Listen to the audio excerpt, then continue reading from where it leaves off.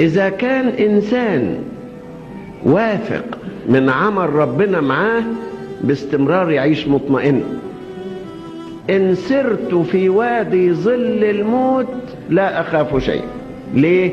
لأنك أنت معي، واثق بوجود الله معاه، واثق بعمل ربنا معاه. هنا بقى الإنسان المطمئن إلى حفظ الله. المطمئن إلى إيه؟ إلى حفظ الله.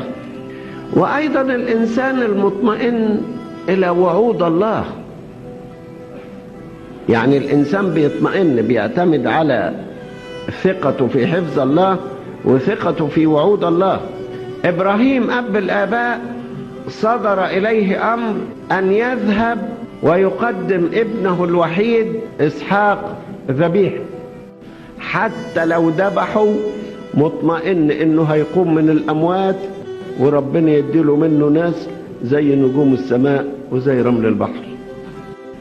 ده القلب الواثق، القلب الواثق بوعود ربنا، يعيش مطمئن باستمرار ويضع أمامه وعود الله تبقى سبب لاطمئنانه. وعود الله بيقول ايه؟ بيقول انا هو لا تخافوا، بيقول انا معكم كل الايام والى انقضاء الدهر، بيقول لا يقع بك احد ليؤذيك.